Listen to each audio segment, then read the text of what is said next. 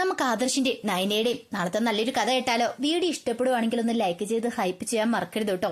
അങ്ങനെ നമ്മൾ കാണുന്ന അനന്തപുരി വീട്ടില് പൂജയ്ക്കുള്ള ഒരുക്കങ്ങളൊക്കെ നടത്തുവാണ്. ഈ സമയം ജലജയ്ക്കുന്നത് ഒട്ടും ഇഷ്ടപ്പെടുന്നുണ്ടായിരുന്നില്ല. ജലജയ്ക്ക് മാത്രമല്ല, അബിക്കാണെങ്കിലും അവന്തയ്ക്കാണെങ്കിലും. പക്ഷെ അതിനകത്ത് പങ്കെടുക്കാതിരിക്കാൻ പറ്റില്ലല്ലോ. പങ്കെടുക്കാതിരുന്നാൽ എന്തെങ്കിലും സംശയം തോന്നിയാലെന്ന് വിചാരിച്ചിട്ടാണ് അവന്തിക അബിയൊക്കെ സന്തോഷം വിചാരിച്ചുകൊണ്ട് അവിടെ നിൽക്കുന്നത് തന്നെ. അങ്ങനെ കുറച്ച് സമയം കഴിഞ്ഞ് കഴിഞ്ഞപ്പോഴത്തേനും അവന്തികയുടെ അടുത്തേക്ക് ജലജ വരുവാണ്. ജലജ വന്നിട്ട് പറഞ്ഞു, ഒരു കാര്യം ഞാൻ പറഞ്ഞേക്കാം. അബിയോട് ഞാൻ പറഞ്ഞു കഴിഞ്ഞു. നിന്റെ അച്ഛൻ അങ്ങേര് ഇവിടെ എത്തിയിട്ടുണ്ടെന്ന് അറിഞ്ഞ് നീ എങ്ങാനും കാണാൻ പോയെന്ന് അറിഞ്ഞു കഴിഞ്ഞാണ്ടല്ലോ, പിന്നെ ഞാനും നീ ഉൾപ്പെടെ എല്ലാരും ഈ വീട്ടിന് പുറത്തായിരിക്കും. അത് മാത്രമല്ല, ഒരിക്കലും അയാളെ കാണാൻ പോകാൻ പാടില്ല. അത്രയ്ക്ക് ദുഷ്ടൻ അയാളെന്നൊക്കെ പറഞ്ഞു. അപ്പോഴേക്കും അവന്തി പറഞ്ഞു, അമ്മ എന്തിനാ ഇങ്ങനെ എഴുതാപ്പാറം വായിക്കുന്നേ? ഞാൻ എന്താളുടെ ഈ കുടുംബത്തിൽ ചേരാത്ത പണികളൊന്നും ചെയ്യില്ലെന്ന് അമ്മയ്ക്കറിയാല്ലേ. അതെനിക്ക് അത്രയ്ക്ക് അങ്ങോട്ട് വിശ്വാസം പോരാ. പിന്നെ ഒരു കാര്യം, നിന്റെ കല്യാണം അനിയുമായിട്ടുള്ള ആ കല്യാണം നടക്കണമെങ്കിൽ നീ ഒരു കാരണവശാലും ഈ പറയുന്ന നിന്റെ അച്ഛനുമായിട്ട് കൂട്ടുകൂടാൻ പോയേക്കരുത്. അങ്ങനെ എന്തേലും സംഭവിച്ചിട്ടുണ്ടെങ്കിൽ പിന്നെ അറിയാലോ, നിന്റെ മുത്തശ്ശന്റെ സ്വഭാവം അറിയാലോ എന്ന് പറഞ്ഞു. അപ്പോഴേക്കും അവന്തി പറഞ്ഞു, അമ്മ അതൊന്നും ഓർത്ത് ടെൻഷൻ അടിക്കേണ്ട കാര്യമില്ല എന്ന് പറഞ്ഞു. അതും പറഞ്ഞിട്ട് അവന്തിക്ക് അങ്ങോട്ട് കൂളായിട്ട് പോയി. അവന്തിക്കല്ല അറിയത്തുള്ളൂ താൻ ചെയ്തുകൊണ്ടിരിക്കുന്ന പ്രവൃത്തി എന്താന്ന്. ഇപ്പൊ ഈ ശരിക്കും പറഞ്ഞ ഈ കല്യാണം പോലും തന്റെ അച്ഛൻ പറഞ്ഞിട്ടാന്നുള്ള കാര്യം. അങ്ങനെ കുറച്ച് സമയം കഴിഞ്ഞ് കഴിഞ്ഞപ്പോഴത്തേനും അബി അവിടെ നിൽക്കുമ്പോഴത്തേനും മുത്തശ്ശൻ വന്നിട്ട് പറഞ്ഞു, നീ എന്താടാ മാറി നിൽക്കുന്നേ? നന്നായിട്ട് ഇവിടെ അലങ്കരിക്കണമെന്ന് പറഞ്ഞിട്ട്. അത് പിന്നെ മുത്തശ്ശ എല്ലാരും ചെയ്യുന്നുണ്ട്, ഞാനും ചെയ്തായിരുന്നു. പണ്ട് തൊട്ട് ഇങ്ങനെയാണല്ലോ, എന്തായാലും പണി പറഞ്ഞു കഴിയുമ്പോഴത്തേനും മാറി നിൽക്കുന്ന സ്വഭാവമാണല്ലോ എന്ന് പറഞ്ഞു. പിന്നീട് മുത്തശ്ശൻ പറഞ്ഞു, അതെ ഇന്നത്തെ ദിവസത്തെ പ്രത്യേകത അത് മാത്രമല്ല, പൂജ മാത്രമല്ല, നമുക്കിന്ന് ഗസ്റ്റുകളുണ്ടെന്ന് പറഞ്ഞു. അപ്പോഴേക്കും ജാനകി ചോദിച്ചു, ഗസ്റ്റോ? അതാരാച്ച? അത് വെറും ഗസ്റ്റ് അല്ല, ഇന്നത്തെ VIP അവരെ സ്വീകരിക്കാനുള്ള ഒരുക്കങ്ങളും കൂടെ നടത്തണമെന്ന് പറഞ്ഞു. പിന്നീട് ദേവേനോടൊക്കെ പറഞ്ഞു, ഒരു സദ്യ തന്നെ ഇങ്ങോട്ട് ഒരുക്കളാൻ പറഞ്ഞു. ദേവേന ചോദിച്ചു, അല്ല അതാരാച്ച നമുക്ക് ഗസ്റ്റുകളുള്ളേ? നമുക്ക് പരിചയമുള്ള ആരെങ്കിലും ആണോന്ന് ചോദിച്ചു. പരിചയം ഉണ്ടെന്ന് തന്നെ കൂട്ടിക്കോ, കാരണം നമ്മുടെ ഉയർച്ചയ്ക്ക് വേണ്ടിയിട്ട് എല്ലാ കാര്യം ചെയ്തുകൊണ്ടിരുന്ന അവരാണ്. അപ്പൊ അവരാണ് ഇന്ന് ഇവിടേക്ക് വരാൻ പോകുന്നതെന്ന് പറഞ്ഞു. അപ്പോഴേക്കും ദേവേന പറഞ്ഞു, അങ്ങനെയാണെങ്കിൽ ആദർശിനെ നയനയും കൂടെ വിളിക്കട്ടെ അച്ഛാ, നമ്മുടെ കമ്പനിക്ക് വേണ്ടിയിട്ട് അവരും കുറെ കഷ്ടപ്പെട്ടല്ലേന്ന് ചോദിച്ചു. മുത്തശ്ശൻ പറഞ്ഞു, അതിന്റെ ആവശ്യമൊന്നുമില്ല, നിനക്കെന്താ അത്രയ്ക്ക് ബുദ്ധിമുട്ടാണോ എന്ന് ചോദിച്ചു. ജാനകി പറഞ്ഞു, അല്ലേലും അച്ഛൻ അവരിവിടെ നിന്ന് ഇറക്കി വിട്ടല്ലേ. ആദർശ് ഉണ്ടായിരുന്ന സമയത്ത് കമ്പനിയാണ് 2ാം സ്ഥാനത്തേക്ക് പോയില്ലേ. പിന്നെ എന്റെ മോൻ അനി കയറിയതിന് ശേഷമാണ് കമ്പനി ഒരു ഉയർച്ചയിലേക്ക് വന്നേ. അത് കേട്ടോണ്ട് വന്ന മുത്തശ്ശി പറഞ്ഞു, ജാനകി അതുകൊണ്ട് മാത്രമല്ലെന്നുള്ള കാര്യം നിനക്കും അറിയാം. അനി കമ്പനിയുടെ MD ആയ മാത്രം കമ്പനി ഉയർച്ചയിലേക്ക് എത്തില്ല. അതിന് പിന്നെ കുറെ കഷ്ടപ്പാടുകളും കാര്യങ്ങളും ഉണ്ട്. ആദർശ് അവനെ സഹായിക്കുന്നുണ്ടാന്ന് പറഞ്ഞു. ജാനകിക്ക് അത് ഒട്ടും കൂടെ ഇഷ്ടപ്പെടുന്നുണ്ടായിരുന്നില്ല. അപ്പോഴേക്കും ദേവേനി പറഞ്ഞു, വേണ്ടമ്മേ, ജാനകി എന്തേലും പറഞ്ഞോട്ടെ എന്ന് പറഞ്ഞു. ആ സമയത്ത് ജലജ വന്നിട്ട് ചോദിച്ചു, അല്ലച്ച ആരാ നമുക്ക് ഗസ്റ്റ് ആയിട്ടുള്ളതെന്ന് ചോദിച്ചു. നീ വരുമ്പോ കണ്ടോ, പിന്നെ ഇനിയിപ്പോ ഇത്ര ടെൻഷൻ അടിക്കേണ്ട കാര്യമില്ലല്ലോ എന്ന് പറഞ്ഞു. പക്ഷെ അവർക്കെല്ലാം സംശയം വരുന്നു, ആരായിരിക്കും ഗസ്റ്റ്, ഇത്ര VIP ആയിട്ടുള്ള ഗസ്റ്റുകൾ ആരായിരിക്കും വരുന്നത് എന്നൊക്കെയുള്ള ചിന്തയായിരുന്നു.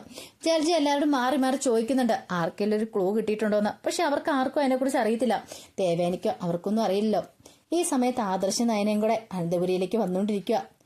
വരണ സമയത്ത് നയന പറഞ്ഞു, ആദർശേട്ടാ എന്താണെങ്കിലും നമ്മൾ അവിടേക്ക് കയറി ചെല്ലുമ്പോൾ ഇതൊരു വലിയ അടി തന്നെയായിരിക്കും അബിക്കും അപ്പച്ചിക്കും ഒക്കെ. ആദർശ് പറഞ്ഞു, അത് പിന്നെ പ്രത്യേകിച്ച് പറയേണ്ട കാര്യമുണ്ടോ നയനെ, അവിടുന്ന് സ്വപ്നത്തിൽ പോലും പ്രതീക്ഷിക്കുന്ന കാര്യമല്ലോ. അത് മാത്രമല്ല, അമ്മയ്ക്കും അച്ഛനും ഒക്കെ ഭയങ്കര സന്തോഷമായും ചെയ്യും. അവിടുന്ന് പ്രതീക്ഷിക്കാത്ത കാര്യമല്ലേ അത്. അവരുടെയൊക്കെ വിചാരം ഇപ്പോഴും മുത്തശ്ശന് നമ്മളോട് ദേഷ്യമാണെന്നല്ലേ. നമ്മൾ തമ്മിൽ ഒരുമിച്ച കാര്യമൊന്നും അറിയില്ലല്ലോ. അതെ, ഇതൊരു വലിയ സർപ്രൈസ് തന്നെ ആയിരിക്കും എന്ന് പറഞ്ഞു. അടി കിട്ടേണ്ടവർക്ക് അടി കിട്ടുക തന്നെ ചെയ്യും, പക്ഷെ സന്തോഷമുള്ളവർക്ക് ഇരട്ടി സന്തോഷം ഉണ്ടാകാൻ പോകുന്നതെന്ന് പറഞ്ഞു. അപ്പോഴേക്കും നയന പറഞ്ഞു, ശരിക്കും പറഞ്ഞാൽ നമ്മളാണ് മുത്തശ്ശനെ മനസ്സിലാക്കാതെ പോയ ആൾക്കാര്. നമ്മുടെ വിചാരം എന്തായിരുന്നു, മുത്തശ്ശന് കമ്പനിയെ കൂടുതൽ സ്നേഹിക്കുന്ന അല്ലാതെ കുടുംബത്തെ അല്ലെന്ന്. പക്ഷെ ഇപ്പം മനസ്സിലായില്ലേ, മുത്തശ്ശൻ കമ്പനിയെയും കുടുംബത്തെ ഒരുപോലെ കൊണ്ടുപോകാനായിട്ട് അത്രമാത്രം കടന്ന് ബുദ്ധിമുട്ടുന്നുണ്ടെന്ന്.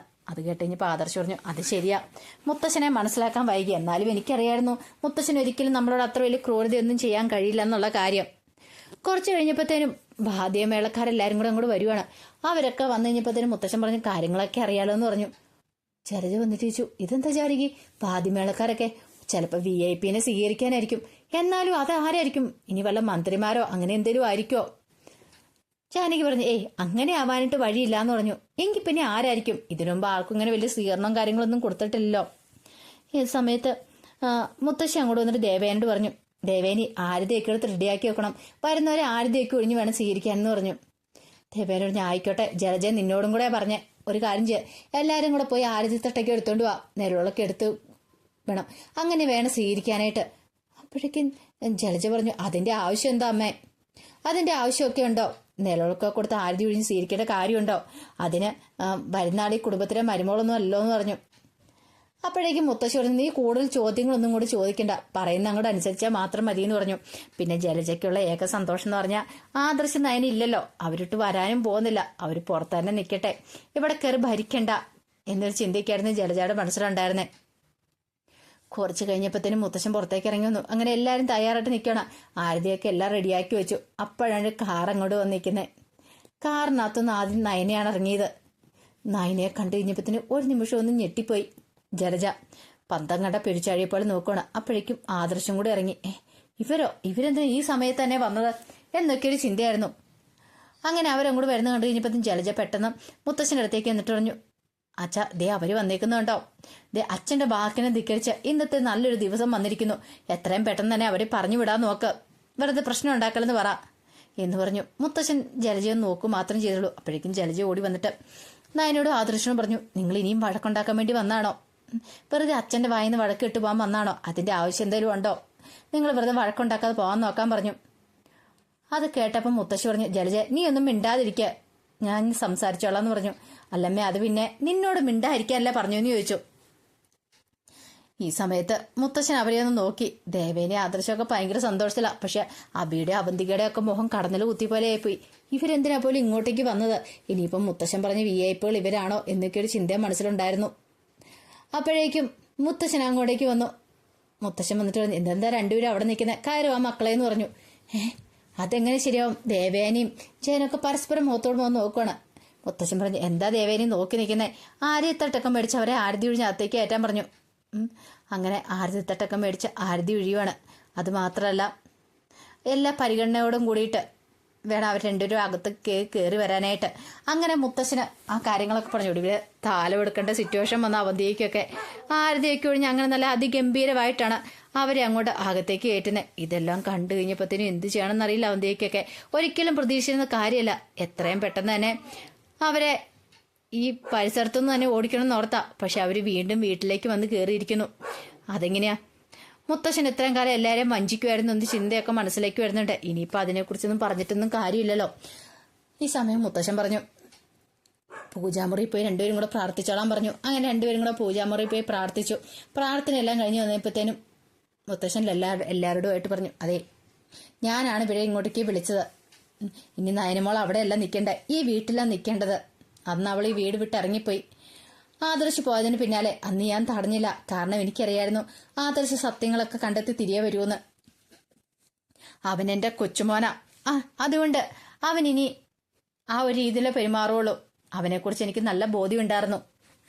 അവൻ ഉറപ്പായിട്ട് സത്യങ്ങളൊക്കെ കണ്ടു പിടിക്കും. ശത്രുവിനെ മുന്നിൽ കൊണ്ടുവരുമെന്ന് അറിയാവുന്നതുകൊണ്ട് മാത്രമാണ് അവനെ ഞാൻ പുറത്താക്കിയത്. ഞാൻ ഉദ്ദേശിച്ച പോലെ തന്നെ കാര്യങ്ങൾ നടന്നു. അവർ ശത്രുവിനെ കണ്ടെത്തുകയും ചെയ്തു. ഇനി അധികം വൈകാതെ അവർക്കിട്ടുള്ള പണി കിട്ടുമെന്ന് പറഞ്ഞു. ഇതെല്ലാം കേട്ട് കഴിഞ്ഞപ്പോഴത്തേനും വല്ലാത്തൊരവസ്ഥയിലാണ് അബി അവന്തികയൊക്കെ നിൽക്കുന്നത്. എന്തേലും പറയാനും ചെയ്യാനും പറ്റുമോ? ഈ സമയത്ത് ആദർശ നയനെ അജയന്റെ അതുപോലെ മുത്തശ്ശിയൊക്കെ കാല് തൊട്ട് വണങ്ങി അനുഗ്രഹമൊക്കെ മേടിക്കുന്നുണ്ട്. അപ്പോഴേക്കും മുത്തശ്ശി പറഞ്ഞു, അതെ മോളിവിടെ ഇല്ലാത്ത സമയത്ത് ഞങ്ങൾക്കൊക്കെ നല്ല ടെൻഷൻ ഉണ്ടായിരുന്നു. ഇപ്പോഴൊരു സമാധാനമായെന്ന് പറഞ്ഞു. ഞാൻ ഇടയ്ക്കിടയ്ക്ക് നിങ്ങളുടെ മുത്തശ്ശനോട് പറഞ്ഞ് ഈ കാര്യങ്ങളൊക്കെ സങ്കടപ്പെടുമായിരുന്നു. അപ്പോഴേക്കും മുത്തശ്ശൻ പറയുന്നത് എന്താണെന്നറിയാവോ? അവർ തലയെഴുപ്പോടുകൂടി ഇങ്ങോട്ടേക്ക് കയറി വരും വസ്തുത, നീ പേടിക്കേണ്ടെന്ന് എനിക്ക് ആ വിശ്വാസം ഉണ്ടായിരുന്നു. അതുകൊണ്ടല്ലേ സത്യങ്ങളൊക്കെ നിങ്ങൾ പുറത്തു കൊണ്ടുവന്നത്, മെയിൻ ശത്രുക്കളെ നിങ്ങൾ കണ്ടെത്തിയെന്നൊക്കെ ചോദിച്ചു. അതെല്ലാം കേട്ടിപ്പോൾ ആദർശ് പറഞ്ഞു, അത് പിന്നെ എന്റെ കഴിവ് കൊണ്ടല്ല, മുത്തശ്ശന്റെ കഴിവ് കൊണ്ട് തന്നെയാണ്. മുത്തശ്ശൻ തന്ന ഓരോ ഉപദേശങ്ങളും കാര്യങ്ങളൊക്കെ അതാണ് എനിക്ക് കൂടുതൽ പെട്ടെന്ന് തന്നെ കണ്ടെത്താൻ സാധിച്ചെന്ന് പറഞ്ഞു. എനിക്ക് എന്താളും സന്തോഷം തന്നെയായിരുന്നു. ആദർശേണ് നയനടുത്തേയും വന്നല്ലോ, ഇനി പേടിക്കേണ്ട കാര്യമൊന്നുമില്ല. അല്ലെങ്കിൽ ആ സ്ഥാനത്തിരിക്കുന്നതുകൊണ്ട് എനിക്ക് ഭയങ്കര ബുദ്ധിമുട്ടുണ്ടായിരുന്നു. ഇനിയിപ്പം പേടിക്കാതെ തനിക്ക് മുന്നോട്ട് പോകാം എന്നൊരു ചിന്ത. സ്ഥാനമാനങ്ങൾ ആദർശാണ് തന്നെ തിരികെ കൊടുക്കണം എന്നൊക്കെ ഒരു ചിന്തയായിരുന്നു അനിയുടെ മനസ്സിൽ. അപ്പൊ അതിന്റെ കഥകളൊക്കെയാണ് നമ്മൾ കാണാൻ പോകുന്നത്. ആ വിശേഷങ്ങൾക്കായി നമുക്ക് എല്ലാവർക്കും കാത്തിരിക്കാം കേട്ടോ. ഒരിക്കൽ കൂടി എല്ലാവർക്കും ശുഭദിനം നേർന്നോടെ നിർത്തുന്നു. നന്ദി.